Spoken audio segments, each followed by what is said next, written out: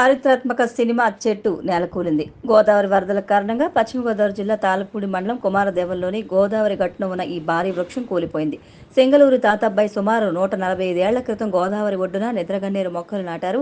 ఆ మొక్క ఇంతింతై వటుడింతై అన్నట్లు మహావృక్షంగా ఎదిగింది. ఎన్నో తుఫాన్లు, జలప్రళయాలను తట్టుకుని ఇప్పటి వరకు నిలిచింది. అందమైన గోదావరి తీరాన ఉండడంతో ఎన్నో సినిమాలకు వేదికగా మారింది. నాటి హిట్ చిత్రాలు పాడి పంటలు, దేవత, వంశవృక్షం, బొబ్బిలి రాజా, హిమ్మత్ వాలా, సీతారామయ్య గారి మనువరాలు ఇలా ఎన్నో చిత్రాలను మహావృక్షం కిందే చిత్రీకరించారు. స్థానికుల లెక్క ప్రకారం సుమారు 100కు పైగా చిత్రాలు తీసినట్లు అంచనా. ఈ చెట్టు నీడన ఒక్క ఫ్రేమ్ తీసినా ఆ సినిమా హిట్ అవుతుందన్నది నిర్మాతలు, దర్శకులు, నటుల నమ్మకం.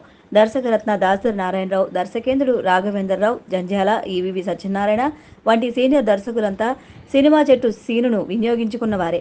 సీనియర్ వంశీ అయితే ఈ చెట్టు సీను లేకుండా సినిమా తీయరని చెబుతారు. అప్పటి నుంచి ఇది సినిమా చెట్టుగా పేరొందింది. ఒక స్థాయి పర్యాటక ప్రాంతంగా వెలిగింది. అలాంటి సినిమా చెట్టు నేలకూలడంతో స్థానికులతో పాటు సినీ ప్రముఖులు విచారం వ్యక్తం చేస్తున్నారు.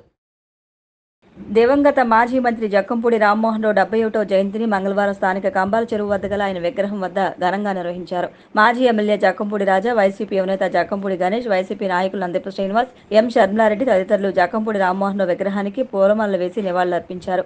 అనంతరం జయంతి కేకును కోశారు.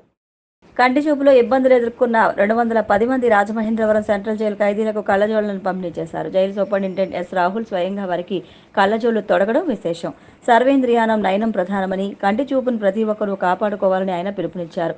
వేమగిరిలోని పరమహంస యోగానంద నేత్రాలయం సహకారంతో ఖైదీలకు కంటి పరీక్షలు నిర్వహించారు. ఆమెన్ సంస్థ సౌజన్యంతో కళ్లజోడు పంపిణీ చేశారు. సెంట్రల్ జైలు ఉప పర్యవేక్షణాధికారులు M. Rajkumar, V. Ratnaraju, welfare jailer Srinivasarao, వైద్యాధికారిని డాక్టర్ కోమలి తదితరులు పాల్గొన్నారు.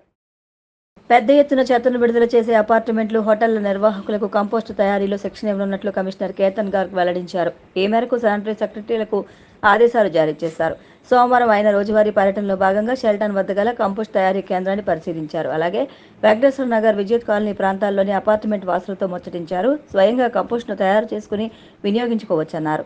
విధి నిర్వహణలో అలసత్వం వహించిన 18వ సచివాలయ శానిటరీ సెక్రటరీకి షోకాస్ నోటీస్ జారీ చేయాలని హెల్త్ ఆఫీసర్ డాక్టర్ వినూత్నను ఆదేశించారు. కాగా నిబంధనల మేరకు అర్బన్ ఫుడ్ ప్లాజా వద్ద గల షాపులను రాత్రి 11 గంటలకే మూసివేయాలని కమిషనర్ కేతన్ గార్గ్ ఆదేశించారు. ఆదివారం రాత్రి 11 గంటల సమయంలో ఈ స్ట్రీట్ షాపులను ఆకస్మికంగా తనిఖీ చేశారు.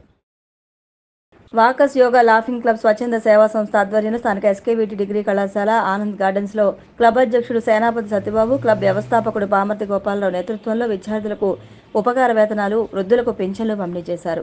పొలసనపల్లి వెంకటేశ్వరరావు, నటి Surya Apparao, DCCB bank manager Kunche Venumadhav ముఖ్య అతిథులుగా హాజరై పెన్షన్లు అందజేశారు. SKVT degree college retired lecturer S. Ganapathirao, Lankesh Sridevi బంధువులు వృద్ధులకు గొడుగులు పంపిణీ చేశారు. ఒట్లూరి రామబ్రహ్మం వృద్ధులకు అల్పాహారం అందజేశారు.